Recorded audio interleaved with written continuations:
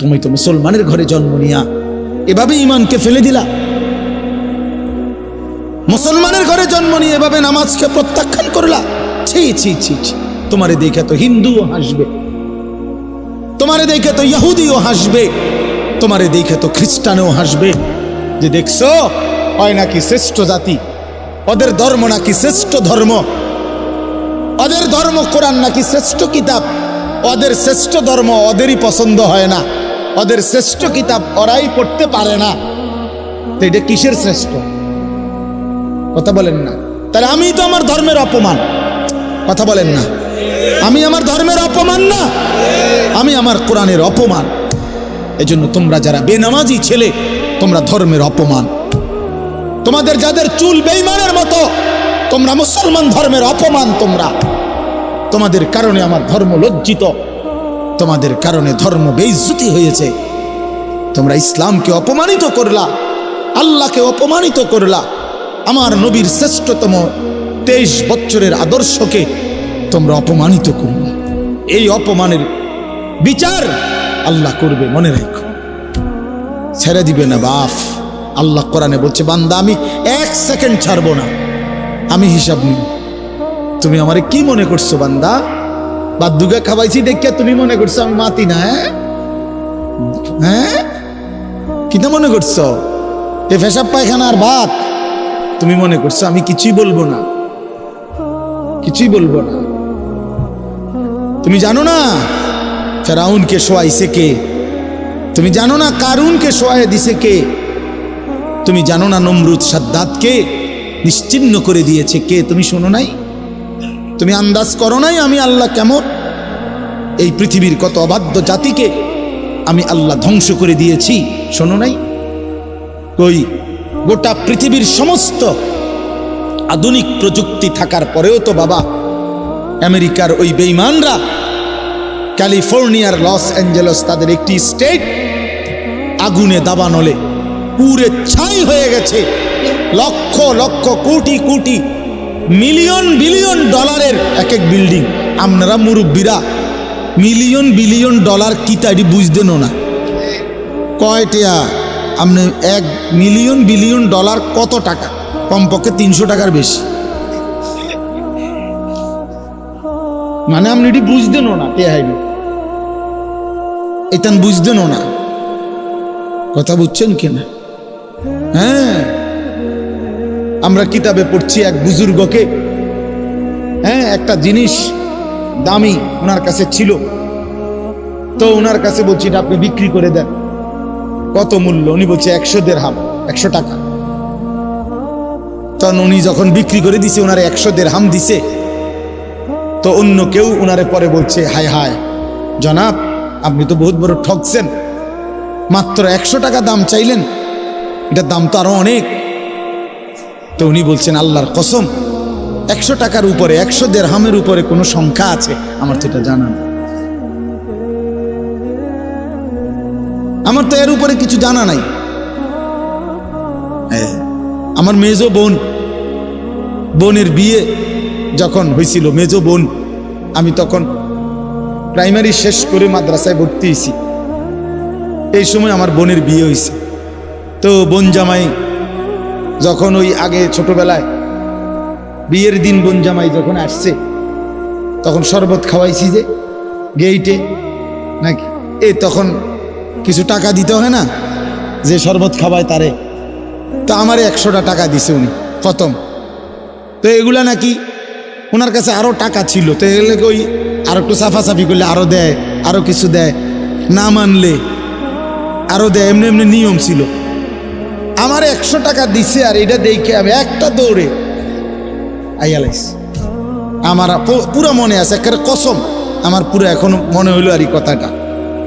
আমার একেবারে আমার ভাই, চাচাতো ভাইটাই বা অন্যরা এত দমকাইছে, বেউকুফ, 100 টাকা লইয়া দৌড় দিয়ে আইয়ালাইছ। আমি বলছি, আমি তো আসলে এর চাইতে বেশি টাকা জীবনে আর দেখি। তো বলতে চাইলাম, হাজার হাজার কোটি কোটি মিলিয়ন ডলারের এই বাড়ি ভবন, এগুলো পৃথিবীর সর্বাধুনিক প্রযুক্তি দিয়ে, অত্যাধুনিক প্রযুক্তি থাকা সত্ত্বেও, আধুনিক সরঞ্জামাদি থাকার পরেও বাপ আল্লাহর দেওয়া আযাবে আগুনে যখন জ্বলছে, এই কয়দিন হইল কোনো বেঈমানে 1 সেকেন্ডের জন্য আগুন নিভাইতে পারে না। 14,000 ফায়ার সার্ভিস কর্মী একসাথে আপনার পানি দিছে, আরো বাড়ে, আগুন আরো বাড়ছে। তার মানে বোঝা গেল বাবা, পৃথিবীর কারো শক্তি মূলত কোনো শক্তি না, আল্লাহর শক্তির সামনে, আল্লাহর ফয়সালার সামনে। আল্লাহ যদি ভালো রাখে তাইলেই ভালো থাকা। হ্যাঁ, আপনার টাকা তো আছে 1000 কোটি টাকা, কিন্তু আপনার ফেডে অসুখ, আপনি টেহা দিয়ে কিনবেন। আপনার টাকা তো আছে লক্ষ কোটি টাকা, কিন্তু আপনি তো ডায়াবেটিস, আপনি কিনবেন টাকা দিয়ে কি করবেন?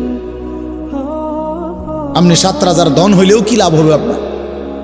এই জন্য আমি অনুরোধ করছি, আমরা মোমেন, আল্লাহ আমাদেরকে বলছে এটাই কথা, তোমাদের উপরে আমি রোজা ফরজ করলাম, তোমরা আমার হুকুম মানো, তোমরা আমারে মানো বান্দা। রোজা মানে বিরত থাকা, সিয়াম মানে বিরত থাকা, তার মানে গুনাহ থেকে বাঁচো, হালাল বস্তু থেকে বাঁচো। আমি তোমাদেরকে হারাম তো হারামই, হারাম থেকে আবার ফিরাবো কেন? হারাম থেকে তো ফিরতে সারা বছরের জন্যই বলে দিছি। তো আমি রমজান মাসে তোমাদের 3টি হালাল খাবার হালাল ছিল, পানি হালাল ছিল, হালাল স্ত্রী হালাল ছিল। আমি রমজানের 30টা দিন, একটা মাসে তোমাদের জন্য খাদ্য, পানি, স্ত্রী, এই 3টা জিনিস হালাল বস্তু আমি হারাম করে দিলাম। যেন আমি বুঝাইতে চাইলাম যে দেখো, আমি আল্লাহ যেখানে হালালটাও হারাম করে দিলাম, সেখানে হারামটার প্রতি আমি আল্লাহর কি পরিমাণ ঘৃণা। যালিকা ফাদলুল্লাহি ইউতিহি মান ইয়াশা। আল্লাহ তাআলা বলছেন এটা আল্লাহ তাআলার ফজল, অনুগ্রহ, দয়া, তিনি যাকে ইচ্ছে করেন দিয়ে থাকে, তিনি যাকে ইচ্ছে। হযরতে বেলাল রাদিয়াল্লাহু তাআলা আনহু, ওনার বাড়ি মক্কা মদিনা না, অনেক দূরে, কিন্তু উনি মুসলমান হয়েছেন, সাহাবী হয়েছেন। হযরতে হুযাইফা নবীজির সাহাবী, ওনার বাড়ি মক্কা মদিনা না, ইয়ামান, উনি মুসলমান হয়েছেন, সাহাবী হয়েছেন। হযরতে সালমান, ওনার বাড়ি মক্কা মদিনা না, ওনার বাড়ি ইরান, পারস্য। তো উনি সেখান থেকে আল্লাহ আনাইছে, উনি কালেমাওয়ালা হয়েছে। হযরত আবু হুরায়রা রাদিয়াল্লাহু তাআলা, বিখ্যাত সাহাবী, সবাই নাম জানে। আবু হুরায়রার নাম সবাই জানেন না? উনিও কিন্তু মক্কা মদিনার মানুষ, উনি দাউস গোত্র, এটা অনেক দূরে, কিন্তু সেখান থেকে আল্লাহ ওনাকে আনাইয়া মুসলমান হয়েছেন, সাহাবী হয়েছেন। কিন্তু আবু জেহেল বাড়ির কাছে, আল্লাহর ঘর কাবার সবচেয়ে কাছে, সর্বপ্রথম বাড়ি যার কাবা ঘরের পরে আবু জাহেলের বাড়ি। জানেন এটা? আবু জাহেলের ঘরের আগে কারো ঘর নেই, কারো ঘর ছিল না, নবীজির ঘরও আরো পিছনে ছিল, সবার ঘর পিছনে। কাবা ঘরের সবচেয়ে নিকটতম প্রতিবেশী ছিল আবু জাহেল। তো কি হয়েছে? কিন্তু বদনসিব, আবুল আহাব কাছে ছিল, বঞ্চিত। এই জন্য এটা আসমানের ফয়সালা। এত কাছে থেকে বঞ্চিত হলো কেন?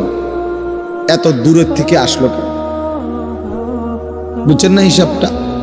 তাহলে মূলত ফয়সালাটা কার? ইউতিহি মান ইয়াশা। আল্লাহ বলছেন আমার অনুগ্রহ, আমার দয়া, আমি যাকে ইচ্ছে করে দিয়ে থাকি, আমি যাকে ইচ্ছে করে দিয়ে থাকি। এই জন্য বললাম আর কি, আমি সবাই শুনতে পারবে, শুনবে, এটা জরুরি না। আল্লাহ যাকে পছন্দ করে, ইচ্ছে করে, তাকে আল্লাহ তাআলা দ্বীনের বুঝ দান করেন। হাদিসের মধ্যে আছে, মান ইউরিদিল্লাহু বিহি খায়রান ইউফাক্কিহু ফিদ্দীন। আল্লাহ যার ভালো চান, কল্যাণ করতে চান, তাকেই আল্লাহ তাআলা দ্বীনের বুঝ দান করেন, দ্বীনের বুঝ দান। নবীজি বলেন, ইজা আরাদাল্লাহু বিআবদিন খায়রান ইস্তা'মালাহু। আল্লাহ যখন তার কোনো বান্দার ব্যাপারে ভালোর ফয়সালা করে, তো আল্লাহ তাআলা তাকে কাজে লাগান। সাহাবীরা জিজ্ঞেস করছে, কিভাবে কাজে লাগান? কাইফা ইস্তা'মিলুহু, হে আল্লাহর রাসূল, আল্লাহ তাকে কাজে লাগান কিভাবে? তো নবীজি বলেন ইউওয়াফিকুহু লিআমালিন ক্বাবলাল মাউত, আল্লাহ যাকে ভালো চান তাকে মৃত্যুর আগে আগে নেক আমল করার তৌফিক দান। এটাই তারে কাজে লাগাইছে যে ঠিক আছে, তোমারই দিয়ে আমি আমার সিজদা দেওয়াবো, তোমারই দিয়ে আমি আমার ঘরের খেদমত নেব, তোমারই দিয়ে আমি আমার কোরআনের খেদমত নেব। আল্লাহ তাকে আমলের তৌফিক দিয়ে থাকেন। তাইলে এই জন্য বললাম, এটা সব সময় মনে রাখবেন, আল্লাহর দেওয়া তৌফিক ছাড়া বান্দা নামাজ পড়তে পারে না। বাত আল্লাহ সবাইকে খাওয়ায়, সেজদা আল্লাহ সবাইকে দিয়ে দেওয়ায়। দুনিয়ার প্রয়োজন আল্লাহ সকলের প্রয়োজন পূরণ করে। জন্তু জানোয়ার, কুকুর বিড়াল, সাপ বিচ্ছু, কাফের মুশরিক বেঈমান নাস্তিক মুরতাদ, এদের সকলের দুনিয়াবি প্রয়োজন আল্লাহ পূরণ করে। এই খানা পিনা, পেশাব পায়খানা, হ্যাঁ জরুরত, এগুলো তো আল্লাহ তাআলা জন্তু জানোয়ারেরও পূরণ করে। কিন্তু সেজদা, আল্লাহর গোলামি, আল্লাহর ইবাদত সবাইকে দিয়ে আল্লাহ করায়।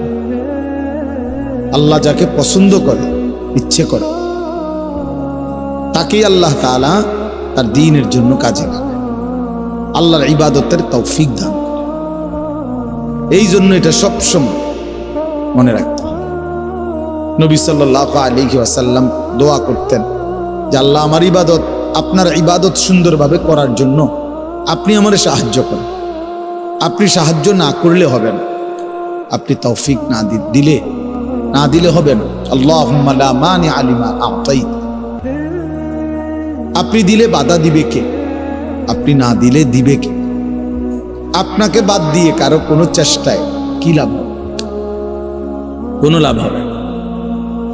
এই জন্য এটা অনেক বড় ইহসান, আল্লাহ তাআলার দয়া। আল্লাহ যাকে পছন্দ করে, ইচ্ছে করে, দয়া করে, আল্লাহর ইচ্ছা হয়, আল্লাহ তাকে কোরআন পড়তে দেয়, দ্বীন মানতে দেয়, আল্লাহকে সিজদা করতে দেয়।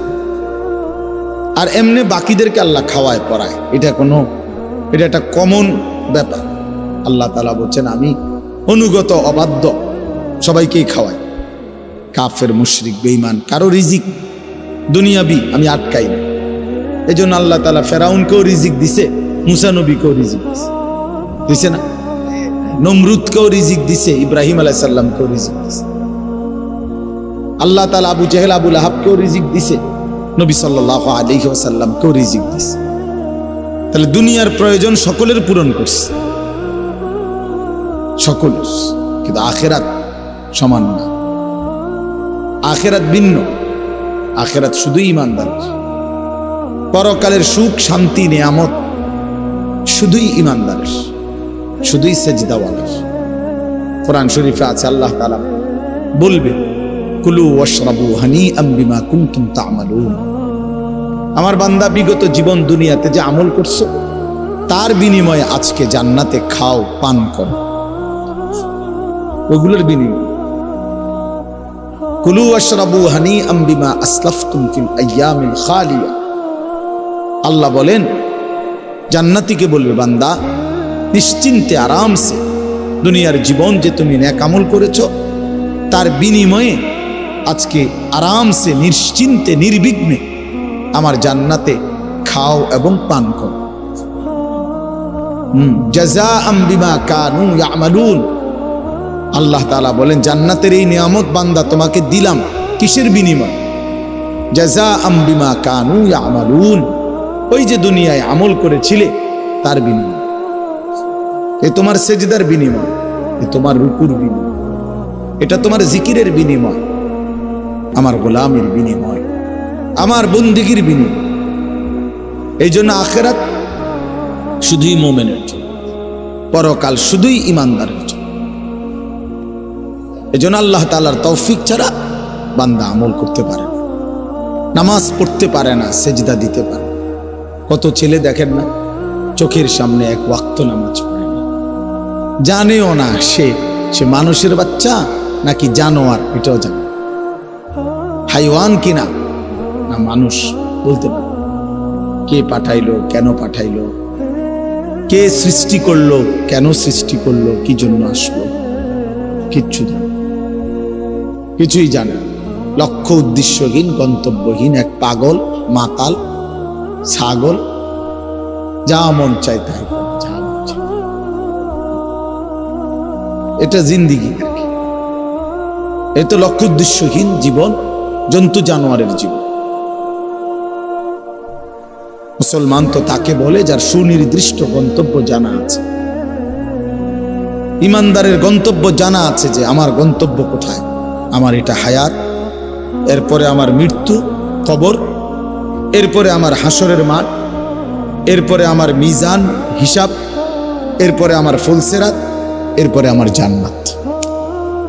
আমার টার্গেট জানা আছে, আমার গন্তব্য জানা আছে। আমি থামবো সেদিন, জান্নাতে যাব যেদিন। আমার টেনশন দূর হবে সেদিন, আমি জান্নাতে ঢুকবো যেদিন। ওয়াকালুল হামদুলিল্লাহিল্লাযী আযহাবা আন্নাল হাযান। কোরআনুল কারীমের মধ্যে আছে, আল্লাহ তাআলা বলেন, জান্নাতি বান্দা জান্নাতে ঢুকে বলবে, আল্লাহ আপনার প্রশংসা করছি, আজকেই আমার চিন্তা পেরেশানি জীবনের তরে শেষ হলো। আজ আমি জান্নাতে ঢুকি, এবার আমি নিশ্চিন্ত হলাম, নিশ্চিন্ত। আর কোনোদিন এই জান্নাত থেকে বের হতে হবে না। আল্লাহ তাআলা বলছেন আর কখনোই এখান থেকে বের হইতে হবে না। খালিদিনা ফিহা আবাদা, চিরস্থায়ী। চলেন বাপ, এই জন্য বললাম নিজেদের ছেলে, নিজেদের মেয়ে, নিজেরাও ইনসাফের সাথে ভাইবেন যে আপনি আখিরাত চিনেন কি। আপনার ছেলে মেয়েগুলো যেই জীবন পরিচালনা করতেছে, এতে কি মনে হয়, এতটুকু আন্দাজ করা উচিত যে আমার ছেলে আসলে আখিরাত চিনে কিনা, আমার ছেলের সামনে কোনো গন্তব্য আছে কিনা, নাকি এই মোবাইল, নারী, ছবি, জিনা, ব্যভিচার, মদ, জুয়া, নাচ, গান, উলঙ্গ দৃশ্য, হালাল হারামের কোনো বাজ বিচার নাই, পাক নাফাকের কোনো বাজ বিচার নাই, লজ্জা শরম হায়া কিচ্ছু নাই। যখন যা যা মন চায় খাইতেছে, হ্যাঁ, যা মন চায় তাই করতেছে। তো এই খামখেয়ালি জীবন, যখন যা মন চায় তাই, হালাল হারাম, জায়েজ না জায়েজের জীবন, যার পার্থক্য নাই, আল্লাহ তাআলা কোরআনে বলছে তার উদাহরণ হলো ফামাসালুহু কামাসালিল কালব, কুত্তার মতো। হ্যাঁ, তো কোরআন শরীফের আয়াত। ওই জীবন কুত্তার জীবন, কুকুরের জীবন। এই জন্য আমি সবসময় এটা বুঝি, বেনামাজির জিন্দেগি কুত্তার জিন্দেগি। এই ফজরের নামাজ না পড়ে যে জানোয়ারগুলো ঘুমায় থাকে, এগুলা কুকুরের জিন্দেগি। খালাস। এই সুদখোরগুলো যে জিন্দেগি কাটায়, এগুলো কুকুরের জিন্দেগি। এই হারামখোরগুলো যে জীবন কাটায়, এটা জানোয়ারের জীবন। কোরআন শরীফের আয়াত। ওয়াত্তাবাআ হাওয়াহু ফামাসালুহু কামাসালিল কালব। আল্লাহ বলছে মনের ইচ্ছা মতো যে চলে, আল্লাহর হুকুমের পরোয়া করে না, হালাল হারাম এর পার্থক্য যে মানে না, আল্লাহ বলছে তার উদাহরণ কামাসালিল কালব, কুত্তার মতো, কুকুরের মতো। ইন তাহমিল আলাইহি ইয়ালহাস আও তাতরুকহু ইয়ালহাস। আল্লাহ বলছে কুকুরের স্বভাব, দৌড়ানি দিল জিহ্বা লম্বা করে হাঁফায়, ছেড়ে দিল দাঁড়ায়া দাঁড়ায়া জিহ্বা লম্বা করে হাঁফায়, জিহ্বা লম্বা করে হাঁফায়, এমন করে। এ কুকুরের স্বভাব। পেলেও অতৃপ্ত, না পেলেও অতৃপ্ত, থাকলেও অশান্তি, না থাকলেও অশান্তি। কারণ হারাম করছে, নাফরমান যে, আল্লাহর অবাধ্য যে, পাক নাফাক, হালাল হারাম, যার কাছে সুদ আর ব্যবসা একই রকম মনে হয়, সে কি মানুষ নাকি? যার কাছে আপন বউ পরের মহিলা সমান মনে হয়, নিজের বউও দেখে, মানুষের বেডিও দেখে, তো তার কাছে কি কোনো হালাল হারামের পার্থক্য আছে কি? তো সে জানোয়ার না তো জানোয়ার কি? সে জানোয়ার না তো জানোয়ারটা কে? তাই বলে? ইনসাফের কথা বলে, নাহলে বিচারে কর কি কর। এই জন্য এটা সবসময় মনে রাখবে, জওয়ান হন আর বুড়া হন, আমি হই আর আপনি হন, হালাল হারামের পার্থক্য যার মধ্যে নাই, কুকুরের মধ্যে কোনো হালাল হারামের পার্থক্য নেই, কুকুরের মধ্যে পাক নাফাকের কিছু নেই, কারণ যেহেতু সে জানোয়ার। কিন্তু মানুষ যে ইনসান, তার সৃষ্টিগত সত্তার মধ্যে হালাল হারামের অনুভূতি থাকতে হবে। মুসলমান তাকেই বলবে যার মধ্যে জায়েজ না জায়েজের পার্থক্য আছে, হালাল হারামের অনুভূতি আছে, পাক নাফাকের অনুভূতি আছে। কোরআনুল কারীমে আল্লাহ তাআলা এটা বলছেন। এজন্য নবীজি বলছেন, আল হালালু বাইয়িন ওয়াল হারামু বাইয়িন। যেটা হালাল এটা স্পষ্ট, যেটা হারাম এটাও স্পষ্ট। নবীজি বলেন, আমি অন্ধকারে রেখে যাই নাই উম্মতকে, একটা সেকেন্ডের জন্য আমি আমার উম্মতকে আড়ালে রেখে যাই নাই, সব কিছু আমি স্পষ্ট বলেছি। হালাল গুলোও পরিষ্কার করে দিছি, হারাম যা তাও স্পষ্ট করে দিয়েছি। 24 ঘন্টার যাবতীয় কর্মকাণ্ড আমি আল্লাহ স্পষ্ট করে দিয়েছি। ওই দেখেন ওই অপদার্থ ছেলেটার দিকে এক নজরে মোবাইলের দিকে তাকায় গেছে, কারে বলে কি ওয়াজ করে এর কোনো খবর। এটা ধরে রাখছে মোবাইল, এক নজর একদিকে খালা। এবার ওয়াজ হয়, কারে বলে কি বলে, আমার এত কিছু দরকার, আমি আর আমার মোবাইল। এই জিন্দি এই ছেলে পেলেদের আকসারের জীবন 24 ঘন্টা পৃথিবীতে তার একটাই জিনিস, সেটা হলো একটা মোবাইল। এটাই তার মা, এটাই তার বাবা, এটাই তার আত্মীয়, এটাই তার স্বজন। মোবাইলেই হাসে, মোবাইলেই কাঁদে, মোবাইলেই আবেগ, মোবাইলেই অনুভূতি, সব কিছু জীবনের মোবাইলটা।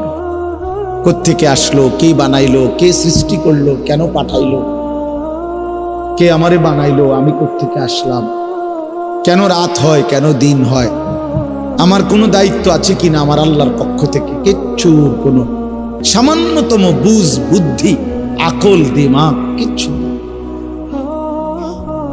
365 দিন, এক বছরে কোনো দিন নামাজ পড়ে না, তারও কিছু মনে পড়ে না, কেউ তারে মনে করাইও দেয় না। কই তার বাপ কেডা, তার মা কি,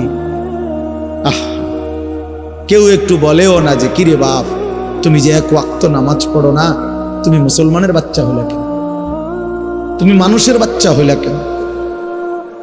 তার মা একটা বার বলে না, মায়ে কেমন সন্তানই কেমন। আমার খুব আফসোস লাগে, এটা খুব আফসোস।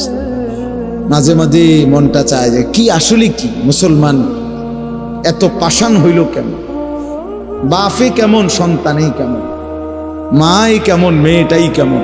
কেউ পর্দা করে না, মাও বেপর্দা, মেয়েও বেপর্দা, বাপ ফুদ জি ছেলে মেয়ে সবাই মিলে টেলিভিশন চায়, একসাথে নাচ গান নর্তকীর ছবি নাটক সিনেমা দেখতেছে। ছি ছি ছি ছি, কত নিকৃষ্ট মুসলমান, কত বেশরম বেহায়া নির্লজ্জ হইলে এত বড় বেশরম হইতে পারে। আত্মমর্যাদা, আত্মসম্মান,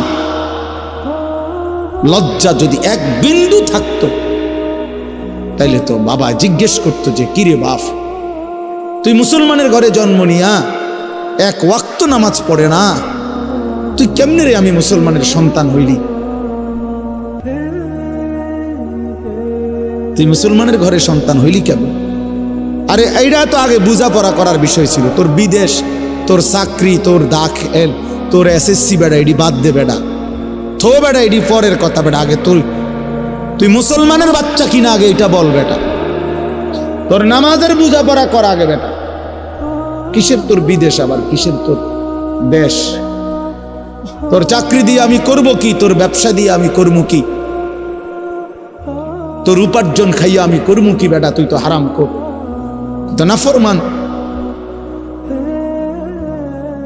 এতটুকু যদি বিবেক বাবার না থাকে, সেটা কেমন বাপ, এ কেমন অভিভাবক, এ কেমন মুসলমান মা বাবা যাদের হৃদয়ে এই কথা আসলো না? আপনার তো উচিত ছিল আগে এই বোঝাপড়া করা, আগে ছেলের সাথেই বোঝাপড়া করেন। তুই মুসলমানের বাচ্চা কিনা আগে এটা বল। মুসলমানের বাচ্চা 16 বছরে এক ওয়াক্ত নামাজ ছাড়া থাকে কেন? কথা বলেন, ইনসাফ কি বলে? ইনসাফের কথা বলেন, বিচারের কথা বলেন। ছেলেগুলোকে আপনারা এভাবে ছেড়ে দিলেন, আর তোমরা ছেলেরাও বাবা এইভাবে নষ্ট হয়ে গেল। অনাদরে, অবহেলায় এমন সুন্দর জীবন, এমন সুন্দর যৌবন, শরীর, স্বাস্থ্য সব শেষ করে দিলাম। একবারও মনে পড়লো না তোমারও তো শেষ আছে বাস। রাত যেমন ভোর হয়, দিন যেমন রাত হয়, তোমারও হায়াতও একদিন শেষ হয়। প্রতি ঘন্টা, মিনিট, সেকেন্ড যায় মানে তোমার হায়াত যায়, আমার হায়াত যায়, ঠিক না? তো আল্লাহ আমাদেরকে বুঝ দান করেন। এজন্য বাপ আমরা ভাবা উচিত, আমাদের এটা ফিকির করা উচিত। ছোটরাও, বড়রাও, মাঝ বয়সীরাও, এত লাগাম ছাড়া মানুষ হয় না। মুসলমানের জীবন এত বড়, জন্তু জানোয়ারের মতো হওয়ার কথা না বাবা। হ্যাঁ, গুনাহ হইতে পারে, গুনাহ আমারও আছে, আপনাদেরও আছে, গুনাহ হইতে পারে, হবে। সেটা হলো হুচট খাওয়া। মানে চলার পথে আমি 10 কিলো পথ হাঁটলাম, আমি 30 কিলো পথ গেছি এক জায়গা থেকে আরেক জায়গায়। তো এই চলার পথে হয়তো একবার আধবার পড়ে যাইতে পারি, পিছলা খাইতে পারি, ঠিক আছে, এটা হইতে পারে। কিন্তু আমি বুঝি 30 কিলোমিটার একেবারেই ফিরে রইলাম, পিছলা খাইয়া রইলাম। তাহলে ভুল আমার হইতে পারে, গুনাহ আমার হইতে পারে। আমার 6 মাসে কোনোদিন নামাজ ছুটে যাইতে পারে। আমি জীবন চলার পথে কখনো কাউকে রাগ করতে পারি, গালি দিয়া লাইতে পারি। এটা তো হওয়া স্বাভাবিক, হইতে পারে। কিন্তু লাগাতার প্রতিদিন একরকম, এটা মুসলমান? কথা বুঝছেন কিনা আমার? আপনি বুঝি এখানে প্রত্যেকদিন মিশা কথা কইবেন, আপনি বুঝি প্রতিদিন সুদ খাইবেন, আপনি বুঝি প্রত্যেক দিন ওজনে কম দিবেন, এটা বুঝি মুসলমান? আপনি বুঝি একদিনও নামাজ পড়তেন না, আপনি বুঝি 365 দিনে কোনোদিন ফজরের নামাজ পড়তেন না, এটা মুসলমান?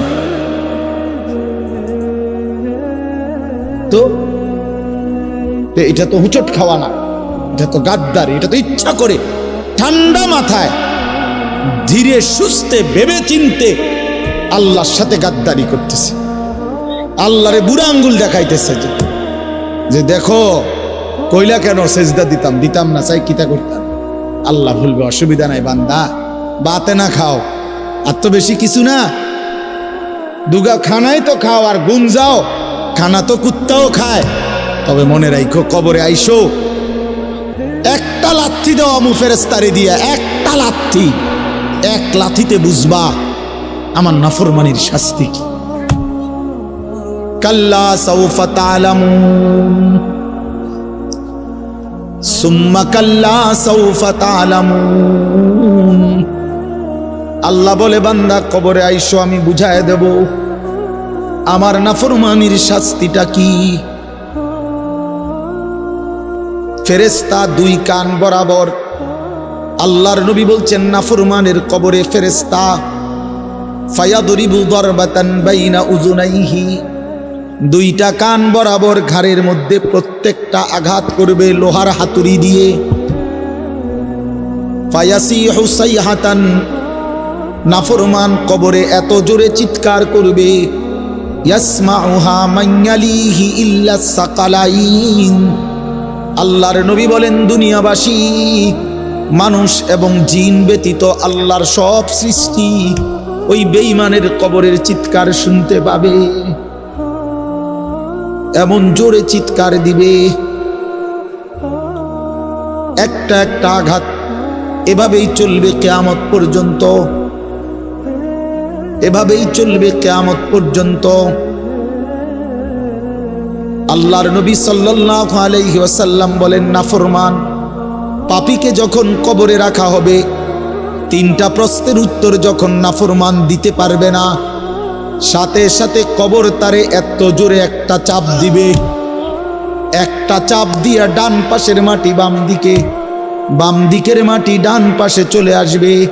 হাত্তা তাখতালিফা আদলাউহু, আল্লাহর নবী বলেন ডান পাশের পাঁজরের হাড্ডি ভাইঙ্গা বাম পাশে ঢুকে যাবে, বাম পাশের হাড্ডিগুলো ভাইঙ্গা ডান পাশে ঢুকে যাবে।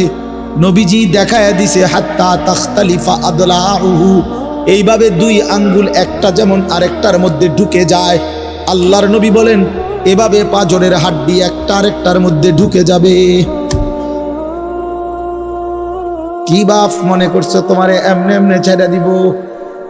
কি মনে করছো যার ভাত খাইলা তার বুঝি হিসাব দিতে হবে না? কি মনে করছো মুফত এটা? হ্যাঁ, কার পানি পান করেছো, কার ভাত খেয়েছো, কার আসমান, কার জমিন, কার চন্দ্র, কার সূর্য ব্যবহার করেছো বান্দা? কার এটা? তোমার আব্বার? শরীরটা তোমার বাপের নি, চোখ নাক কান তো তোমার আল্লাহর। আলাম নাজআল লাহু আইনাইন ওয়া লিসানান ওয়া শাফাতাইন, আল্লাহ বলে বলো না বান্দা আমি কি দুইটা চোখ দেই নাই? ওহ বাবা কথা কও, আমি কি জিহ্বাটা দেই নাই? আমি কি দুইটা ঠোঁট দেই নাই? তো উত্তরে কি বলবেন যে না দেন নাই? কি বলবেন? কথা বলেন। তো এই কথা বলার হিম্মত আছে কারো যে আল্লাহ আপনি চোখ দেন নাই, আপনি ঠোঁট দেন নাই? কারো সাহস আছে কিনা এটা বলার? তাইলে আল্লাহই তো দিয়েছেন। আলাম নুসিহ জিসমাকা, হাদিসে আছে নবীজি বলেন আল্লাহ জিজ্ঞেস করবে হাসরের মাঠে, বান্দা বলো না আমি কি তোমার শরীরটা সুস্থ রাখি নাই? ওয়া নুরভিকা মিনাল মা, আমি কি প্রতিবার তৃষ্ণার্ত অবস্থায় তোমারে আমি আল্লাহ তো আমি কি পানি পান করাই নাই? আমি তো পানি পান করিয়েছিলাম, আমি তো তৃষ্ণা নিবারণ করেছিলাম, আমি তো ক্ষুধার চাহিদা পূরণ করেছিলাম, আমি তো কায়নাতের সূর্য চন্দ্র আলো বাতাস দিয়েছিলাম। ওয়াজআলনা নাওমাকুম সুবাতা, আল্লাহ বলে সারাদিনের ক্লান্তি দূর করার জন্য রাত্রি গভীরের ঘুম আমি আল্লাহই তো বানিয়েছি। ওয়াজআলনাল লাইলা লিবাসা, অন্ধকার কালো চাদর দিয়ে ঢেকে পৃথিবীটাকে অন্ধকারাচ্ছন্ন করে দিয়েছি আমি আল্লাহই তোমার ঘুমের উপযুক্ত পরিবেশের জন্য। আবার দিনের বেলা আলোকিত করে দিয়েছি তোমার উপার্জনের সুবিধার জন্যে। রাতে তুমি ঘুমাইবার জন্য অন্ধকার করে দিয়েছি, দিনে তুমি রোজগার করবা এই জন্য আলোকিত করে দিয়েছি। সুবহানাল্লাহ। ওয়াজআলনান নাহারা মাশা, উপার্জনের জন্য দিন বানিয়েছি, ঘুমাইবার জন্য রাত বানিয়েছি। ওয়াজআলনা সিরাজান ওয়াহাজা, একটা উজ্জ্বল সূর্য আমি আল্লাহই বানিয়েছি। وأنزلنا من المعصرات ماء ثجاجا, জমাট বাঁধা মেঘ থেকে আমি আল্লাহ অঝোর ধারায় বৃষ্টি নামিয়েছি। এই জমিনটাকে সিক্ত নরম করেছি, ছোট্ট ছোট্ট ছিদ্র বানিয়েছি। তোমার অনাদরে ফেলে দেওয়া দানা আমি আল্লাহ কুদরতি স্বয়ংক্রিয় মেশিন দিয়ে আমি আল্লাহ জমিনের নিচে আমি নিয়ে এসেছি। কয়দিন পরে আবার আমি আল্লাহ সেই ছোট্ট দানা থেকে নতুন গাছ বের করে দিয়েছি। লিনুখরিজা বিহি হাব্বান ওয়া নাবাতা, তাহলে রিজিকের ব্যবস্থা আমি করলাম, ঘুমের ব্যবস্থা আমি করলাম, উপার্জনের পরিবেশ আমি করে দিলাম, শরীর স্বাস্থ্য জীবন যৌবন আমি দিলাম। আমি কেন সেজদা পেলাম না? আল্লাহ যদি বলে বান্দা আমি কি অপরাধ করলাম, আমি তোমারে এত কিছু দিয়ে আমি কি অন্যায়টা করলাম যেই অপরাধের কারণে তুমি আমারে সেজদা দিলা না? কি বলবা যুবক? নাফরমান যুবক কি বলবা? অসভ্য যুবক যে নামাজ পড়ো না, হাইওয়ান তুমি কি বলবা, তুমি মানুষ না জানোয়ার? বেনামাজি তুই মানুষ না জানোয়ার বল, মানুষ না জানোয়ার বল বেটা। অনেক বেহায়া এখনো হাসে এইখানে, এত বড় অসভ্য বেহায়া, এই বেহায়া এখনো হাসে। চিন্তা করছো নি? হ্যাঁ, এত বড়, এত নির্লজ্জ, এত বড় অসভ্য যে এখনো হাসে। অর্থ হইল আমারই কর, বুঝেন নাই? বুঝতেছে সে আমারই কর। আহ আহ, আমার মনে হয় কুকুর রে কইলে কুকুর মাথা নামাইলে। আহা, আমাদের সন্তানদের হালাত কত নাজুক, চিন্তা করে দেখে। মুসলিম সমাজে বসবাস করে, বাপ মুসলমান, মা মুসলমান, চারিদিকে মসজিদ, চারিদিকে মাদ্রাসা, কত দাড়িওয়ালা, টুপিওয়ালা, পাঞ্জাবিওয়ালা। প্রতিদিন মসজিদের মিনারা থেকে উচ্চ কণ্ঠে মাইকের হর্ন দিয়ে আজান হইতেছে। এত বেশি মাইক, হর্ন, মসজিদ, মাদ্রাসার পরিবেশের মাঝখানে থাইকাও এটা কত বড় গাদ্দার, কত বড় গাদ্দারা নাফরমান। এত সুন্দর চারদিকে মসজিদ, মাদ্রাসা, আলেম ওলামা, দাড়ি টুপি, মাদ্রাসার পরিবেশের ভেতরে থাইকাও জানোয়ারে একটা সেজদা দেয় না। কত বড় নিকৃষ্ট জানোয়ার, চিন্তা করছে। এই বাপ, এমন সন্তান পাইলা কবরে যাই আফসোস ছাড়ার কিচ্ছু নেই। আজকে যদি এই আফ্রিকার জঙ্গলে থাকতো তাহলে হইতো যে বাবা এত বড় আফ্রিকার জঙ্গলে ছিলাম, যেখানে কোনো দিন কোনো আজান হয় নাই, যেখানে কোনো মসজিদ দেখি নাই, মাদ্রাসা দেখি নাই, আল্লাহ চিনব কোত্থেকে? আমি তো আফ্রিকার জঙ্গলের ভিতরে থাকতাম।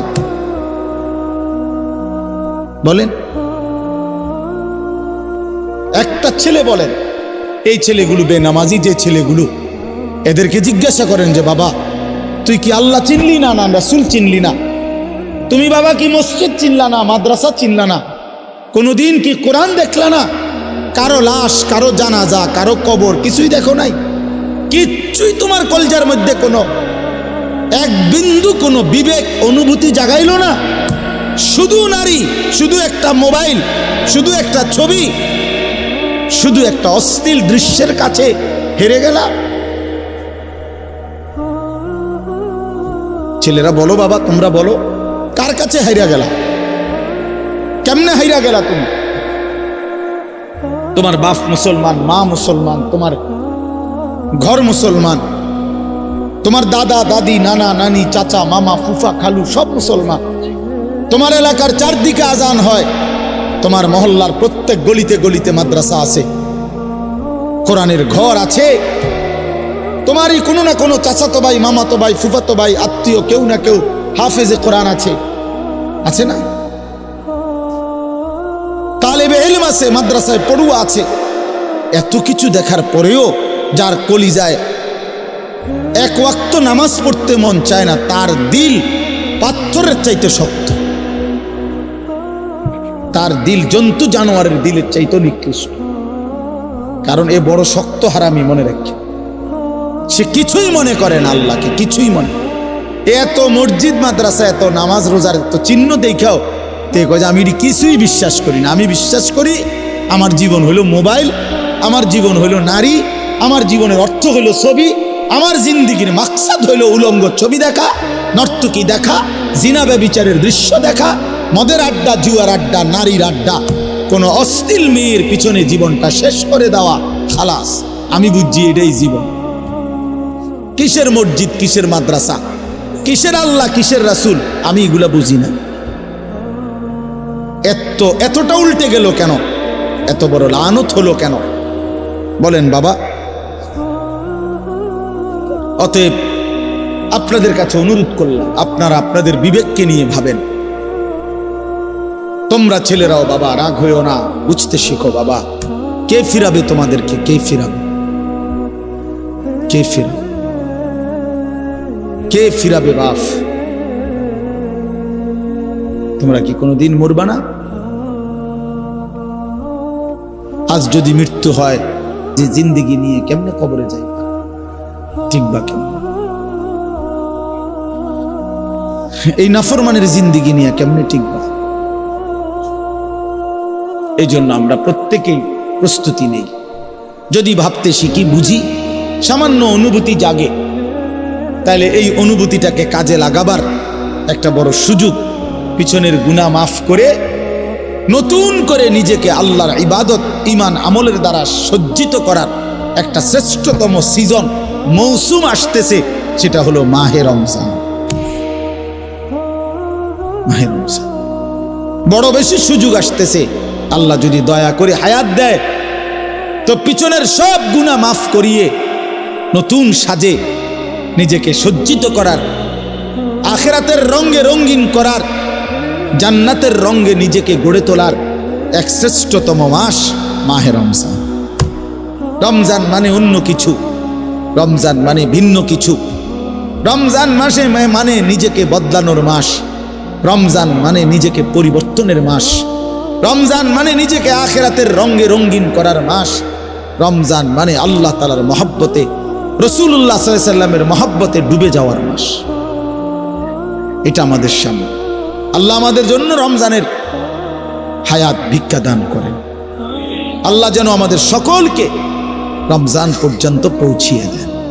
এই আয়াত দেখেন, আল্লাহ তাআলা বলছেন, ইয়া আইয়ুহাল্লাযীনা আমানু, হে ঈমানদারগণ, কুতিবা আলাইকুমুস সিয়াম, তোমাদের উপরে রোজা ফরজ করা হলো, কামা কুতিবা আলাল্লাযীনা মিন ক্বাবলিকুম, যেমনটা ফরজ করা হয়েছিল তোমাদের পূর্ববর্তীগণের উপর, মানে পূর্বের ঈমানদার উম্মতদের উপর। কেন ফরজ করা হলো রোজা? উদ্দেশ্য কি? আমি আল্লাহর, লাআল্লাকুম তাত্তাকুন, যেন তোমরা মুত্তাকি হতে পারো, মুত্তাকি হইতে পারো, আল্লাহ ভীরু হইতে পারো। আর মুত্তাকি হলে কি লাভ হবে? উইদ্দাত লিল মুত্তাকিন, আল্লাহ বলে জান্নাত বানানোই হয়েছে মুত্তাকিদের জন্য। মুত্তাকি হবে তো জান্নাতি হবে, জান্নাতি হবে। এই আয়াতটার অল্প একটু কথা, আমি এই আয়াতটাই পড়ছি, সূরা বাকারার 183 নম্বর আয়াত, দ্বিতীয় পারা, দ্বিতীয় সূরা।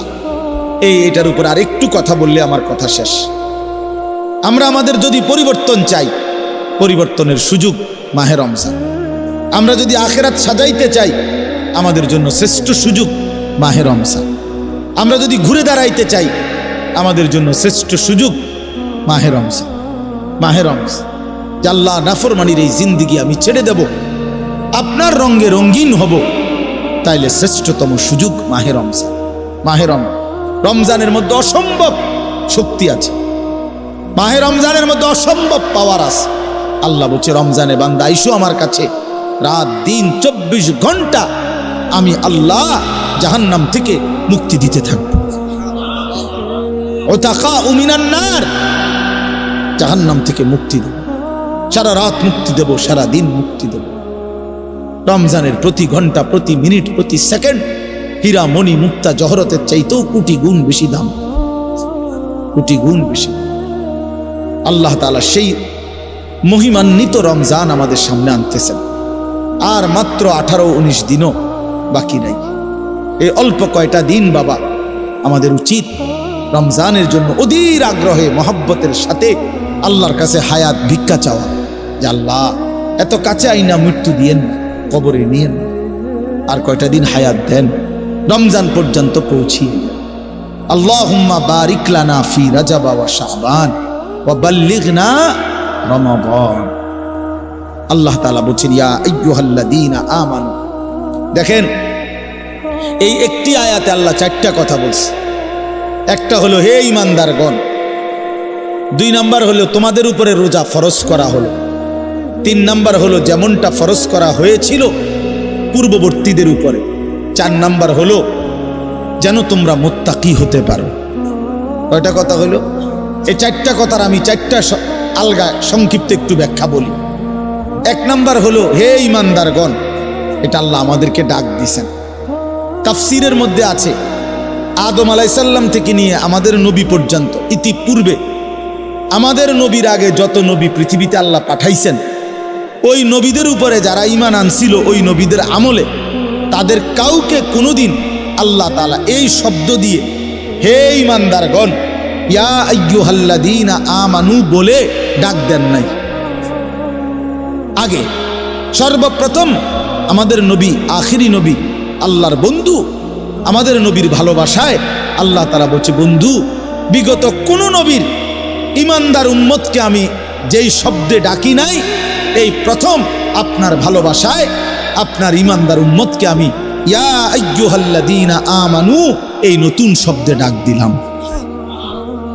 হে ঈমানদারগণ, হে ঈমানদার তোমরা আমার। তাফসীর ইবনে কাসিরের মধ্যে আছে, যে ঈমানদার সে আল্লাহর বন্ধু, যে মুমিন সে কার বন্ধু? আল্লাহর বন্ধু। আল্লাহর বন্ধু, মুমিনের বন্ধু আল্লাহ, আল্লাহর বন্ধু মুমিন, আল্লাহর বন্ধু মুমিন। এই জন্য তাফসীরে লিখছে, হে ঈমানদারগণ, এই কথার আরেকটা তর্জমা এটা, হে আমার বন্ধুগণ। আল্লাহ যেন ডাক দিয়া বলছে, হে আমার বন্ধুগণ, তোমরা আমার বন্ধু, তোমরা আমার। আমি বানাইছি বহু জনেরে, তোমরা বানাইছি আমার জন্য, আমার জন্য। তোমরা আমার, তোমরা আমারে মেনে নিয়েছ, তোমরা আমার কালেমা পড়েছ, তোমরা আমার রসুলকে মেনে নিয়েছ, অতএব তোমরা আমার। তোমাদের কালেমা লা ইলাহা ইল্লাল্লাহ মুহাম্মাদুর রাসূলুল্লাহ এটা আমি গ্রহণ করলাম, গ্রহণ করে আমি নিলাম, এই জন্যই আমি তোমাদেরকে ডাক দিই। তুমি বলছো আমি এনে ভর্তি অমুক, ওই যে আমারে মোহাম্মদে বলছে তার ছোট ভাই হাফেজ মুশাররফ কয়, আমার আজকে বললো যে হুজুর ভর্তি করামু আপনার মাদ্রাসায়, তো কি কোন সময় আমু, ফরম নিয়ম কানুন কি? আমি এত কথা তোমার দরকার কি, হাতে ভর্তি হইব সারছে তো আর কি।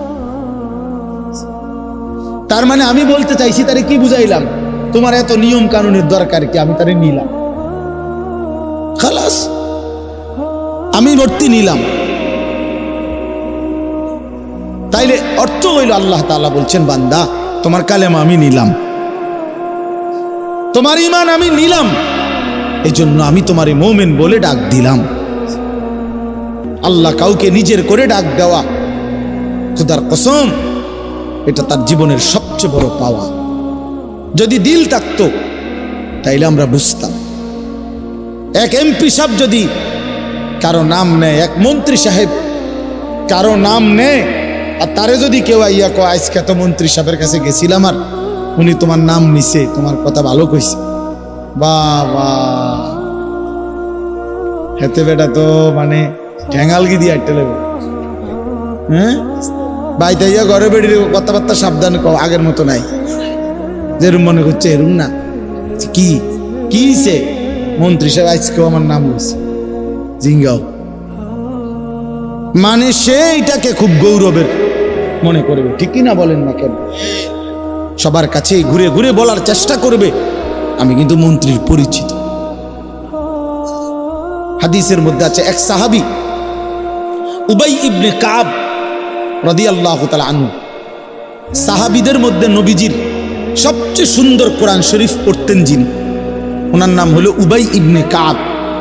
তে এই উনি নবীজি একদিন উনাকে বলছেন, এই সাহাবীকে, যে উবাই এদিকে আসো, তুমি আমারে কোরআন শরীফ পড়ে শোনাও, বুঝছেননি?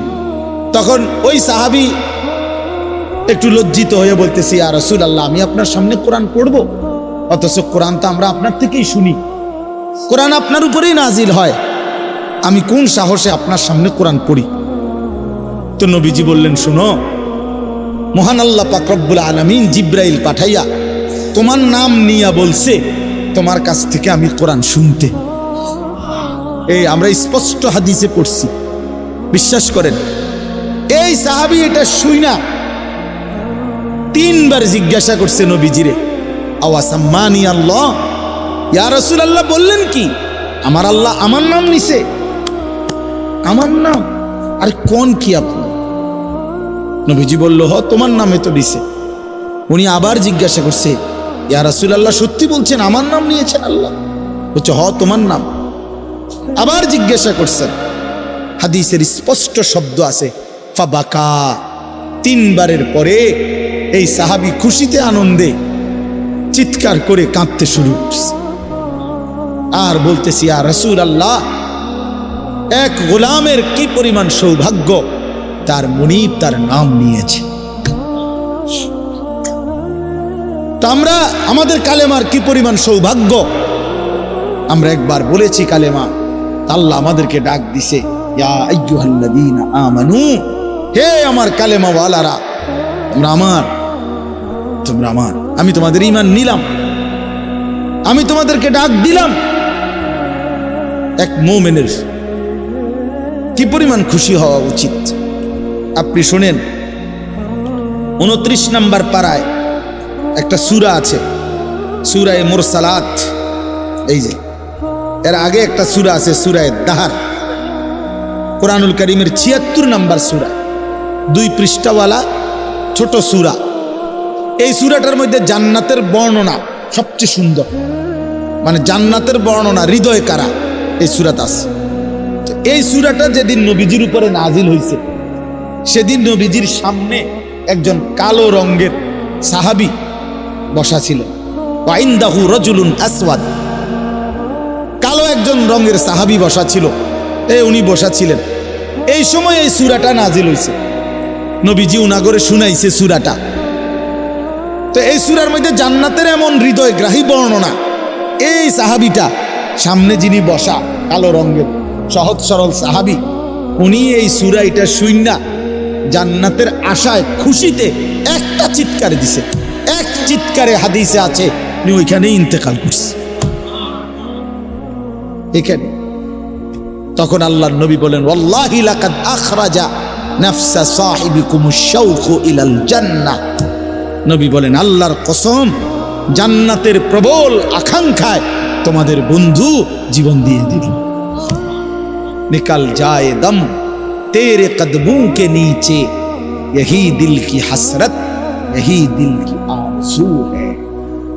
এটা উর্দু শের আর কি, অর্থ হলো, হে প্রিয়তম, তোমার পায়ের নিচে জীবন দিলাম, জান দিয়ে দিলাম, আর এটাই ছিল আমার সারা জিন্দেগীর তামান্না, দিলের আকাঙ্ক্ষা, যে তোমার জন্য আমি জীবন দেব, আর সেটাই দিয়ে দিই। নিকাল যায় দম তেরে কদমোं के नीचे, তোমার কদমের নিচে আমার জান গেল। यही दिल की हसरत, এটাই ছিল দিলের আকাঙ্ক্ষা। এজন্য আজকে ছেলেরা কোথায় জীবন শেষ করে দিচ্ছে? এমন সুন্দর জীবন, এমন সুন্দর যৌবন, আহা, শক্তির টাইমটা, জীবনের সক্ষমতার সময়। ছোটবেলা তো ভাইয়া দুর্বল, বৃদ্ধ বয়সটাও দুর্বল। তোমাদের অনেক কিশোর নওজোয়ান একজনের গায়েও চাদর নাই, কিন্তু মুরব্বী সবগুলোর গায়ে চাদর। দেখো চাকায়া, এই চাচারা তো আমার সব পরিচিত চাচা।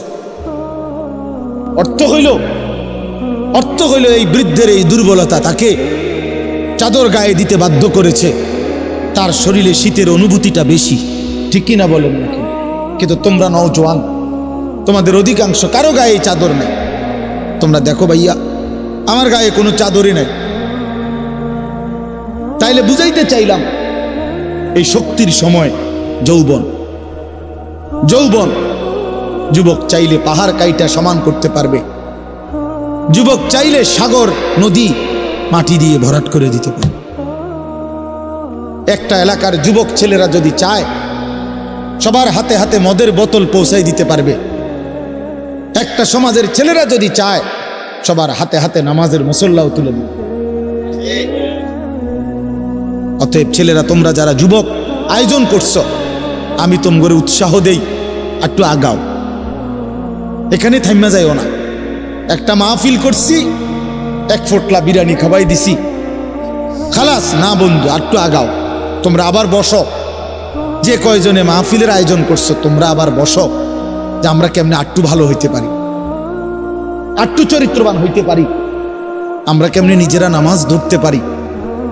একটু যদি হিম্মত করো যুবক, ইনশাআল্লাহ ভালো হবে। শনিবার দিন আমি আমার মাদ্রাসায়, এই শনিবারে সকাল 10টা থেকে বিকাল 4:30 পর্যন্ত, এইবারই প্রথমবার আমি আলাদা 16 বছর থেকে 30 বছরের নিচে যাদের বয়স, এই কিশোর যুবকদের জন্য আলাদা ইসলাহি মজলিসের আয়োজন করছিলাম। আমার শায়েখ আল্লামা মুফতি মুশতাকুন নবী সাহেব বয়ান করছেন, আল্লামা মুফতি আমজাদ হুসাইন সাহেব বয়ান করছেন, হযরত মাওলানা মুফতি ইউসুফ বিন ইকবাল বয়ান করছেন, আমাদের কুমিল্লা ক্যান্টনমেন্টের বড় একজন শিশু বিশেষজ্ঞ ডাক্তার মিজানুর রহমান উনি বয়ান করছেন, আমি নিজে কিছু কথা বলছি। প্রায় 600 ছেলে এন্ট্রিভুক্ত আসছে, এখানে উপস্থিত হয়েছে 600। সন্দ্বীপে, চট্টগ্রামে আমরা প্রতি বছর সন্দ্বীপ যাই, সেখানে 4টা-5টা ছেলে ফজরের নামাজের জন্য, তারা বন্ধু, কলেজের ছেলে, 4-5 জন ছেলে মাত্র। ওরা একদিন সিদ্ধান্ত নিছিল, ওরা সবসময় ফজরের নামাজ পড়তো, তো ওরা একদিন সিদ্ধান্ত নিছে যে ফজরের পরে তারা সন্দ্বীপ তো সাগরের পারে, তো সাগরের পারে হাঁটতো তারা। তো তারা একদিন সিদ্ধান্ত নিছিল আজ থেকে 1 বছর আগে যে আমরা সকালবেলা না হাইটা চলো আমরা বন্ধুদেরকে ফজরের জন্য জাগাই, ফজরের ক্যাম্পেইন করি, ফজরের জন্য গণসংযোগ করি। এই 4-5 জন ছেলে উদ্যোগ নিয়ে শুরু করছে। ঠিক 1 বছরের মেহনতে এই গত নভেম্বর, 24 সালের নভেম্বরে আমি গেছি মাহফিলে, ওইখানে তারা আমার লিস্টেড। ফজরের পরে আমি তাদের জন্য আলাদা বয়ান করছি, তাদের আলাদা মাহফিল হয়েছে ফজরের পরে। মানে রাইতে আমি যেই প্যান্ডেলে ওয়াজ করছি, ওই প্যান্ডেলটা তারা সকালের জন্য আবার ভাড়া নিছে। বুঝেন না এই কথা? আমি ওখানে ছিলাম, আর ওখানে রাত্রে আসা যায় না, ওইটা সন্দ্বীপে স্পিড বোট দিয়ে আইতে যাইতে হয়, তো রাইতে আওয়ানোর সিস্টেম নেই, থাকতে হয়। এই জন্য ফজরের পরে আবার বয়ান করছি 1.5 ঘন্টা। তো ওরা, আমি বললাম এত ভোরে ছেলেরা আইবনি, কয় হুজুর আসবে ইনশাল্লাহ, আপনি দেখেন। তারা আমারে দেখাইছে কাগজে কলমে লিস্টেড করা প্রায় 4,500 ছেলে এখন ফজরের নামাজ জামাতে। যুবক চাইলে কি না পারে, যুবক চাইলে ভাঙতে পারে, যুবক চাইলে গড়তে পারে, যুবক চাইলে বুলডোজার দিয়ে সমান করে লাইতে পারে, সমান করে ফেলতে পারে। আবার সেই ভাঙার উপরে যুবক চাইলে গড়তেও পারে। আল্লাহ তাআলা নওজোয়ানের শরীরে অসম্ভব হিম্মত দান করছে, অসম্ভব হিম্মত। এই জন্য বাপ, আমি যুবক যারা, তাদেরকে উৎসাহিত করলাম। মহান আল্লাহ পাক রব্বুল আলামিন আমাদেরকে বলছেন, আমি তোমাদের ঈমানদার, ঈমান নিলাম, আমি ঈমান দিছি বান্দা। আমি গত বছর যখন তাবলীগের সফরে ছিলাম দিনাজপুর জেলায়, গত বছর আগস্ট মাসে 72 বছর বয়স্ক একজন হিন্দু লোককে কালেমার দাওয়াত দিছিলাম। ওনার 2 ছেলে মুসলমান, ওনারে আমি 2.5 ঘন্টা কালেমার দাওয়াত দিছি। আমরা 3 জন আলেম মিলে কত অনুনয় বিনয় করছি, কাকুতি মিনতি করছি, কাঁদছি, চোখের পানি ফেলছি। একটা বার চাচা কালেমা পড়েন, আপনার ছেলে মুসলমান, ছেলের বউ মুসলমান, আপনার নাতি নাতনি সব মুসলমান, আপনি এখনো বসে আছেন কেন? আহা, এই 72 বছর হয়ে গেছে। বুড়া মিয়া কয়, আমি ওটা বলবো